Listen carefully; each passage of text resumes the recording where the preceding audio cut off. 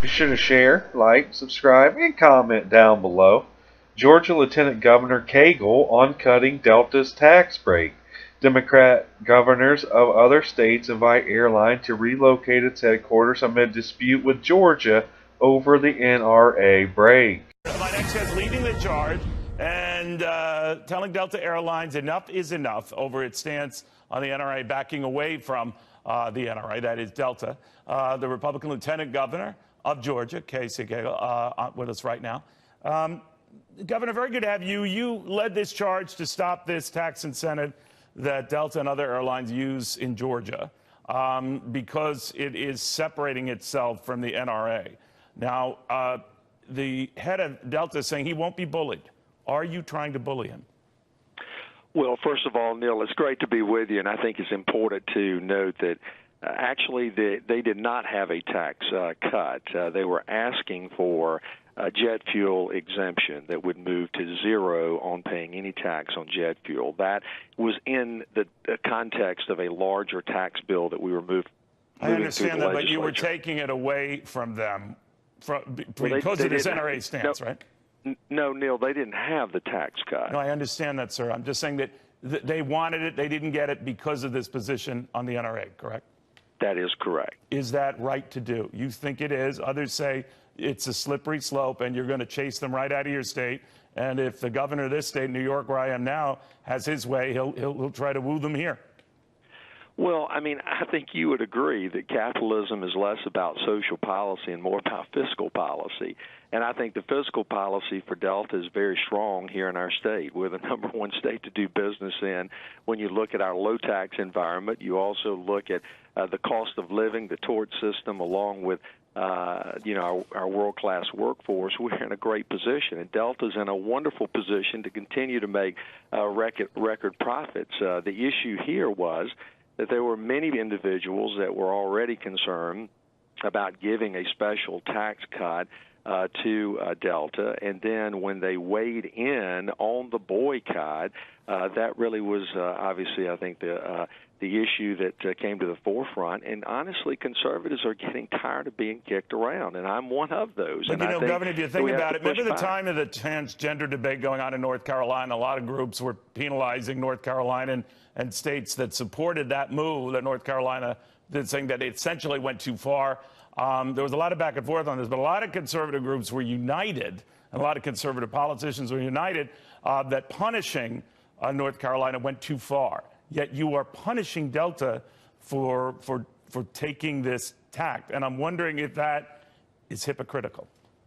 Well, I totally take issue with that, Neil. I do not think that we're punishing Delta or any other company for that matter. Then why would Delta's CEO say our values are not for sale? Our objective was in removing any implied affiliation with the NRA to remove Delta from this debate. He wasn't making a statement one way about it. He wanted simply to stay away from the controversy, pro or con, right? Any company is going to avoid that like the plague. You want to stay away from controversy. You are penalizing a company for maybe perfectly valid reasons, Governor, because it didn't welcome the controversy you're very, very comfortable embracing.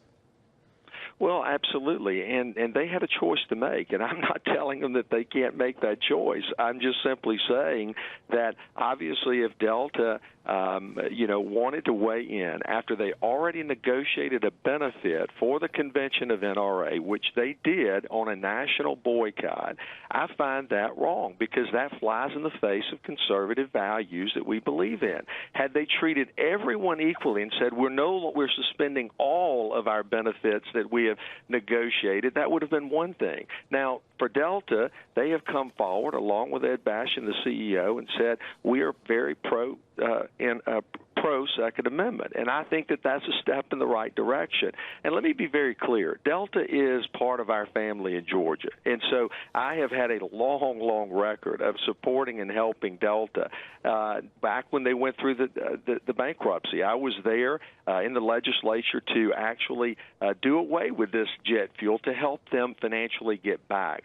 but corporations need to be focused more at their fiduciary responsibility to their shareholders. Or would you feel the same way then? Would you social... extend that to other companies that do business in your state? I don't know if you have a Dick's Sporting Goods in Georgia. You certainly have a lot of Walmarts. Of course, they've made moves already to address, gun sales, raise the age for those who want to purchase those Neil, guns. That is What would you do? That is perfectly within their right. They are treating everyone the same. They are not singling out But the NRA opposes those moves. The NRA opposes those moves. You are penalizing. You are penalizing a company here that had an awards program for NRA members to take advantage of that and by group sales on ticket prices, that sort of thing.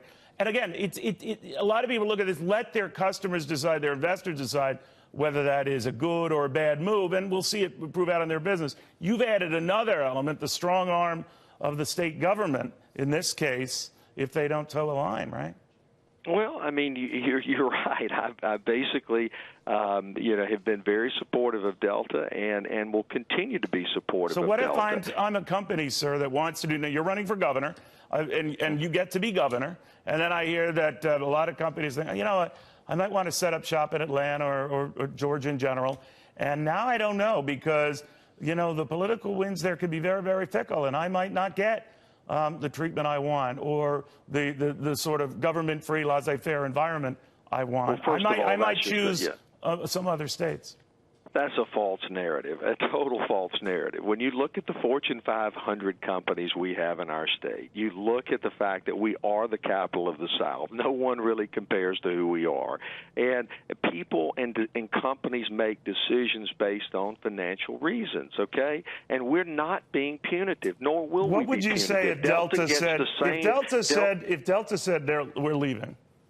Delta came out and said they're not leaving. All right, so I know, but it's still digesting hypotheticals? this. If they were to leave, how would you feel? They're not going to leave, first of all. I mean, they have a huge financial presence in our state, and they are making record profits, and they know that they have a state that has their back, and they're going to be able to make more money than they ever have right here in our state. But again, this is a great lesson for all of us to learn, both in terms of politics, but also in terms of business, too. Let's stay focused on the business issues. All right. We'll see how it all pans out. Be sure to share, like, subscribe, and comment down below. And tell me how you feel about this report. But other than that, I hope you guys have a great day. And let's make America great again. Peace.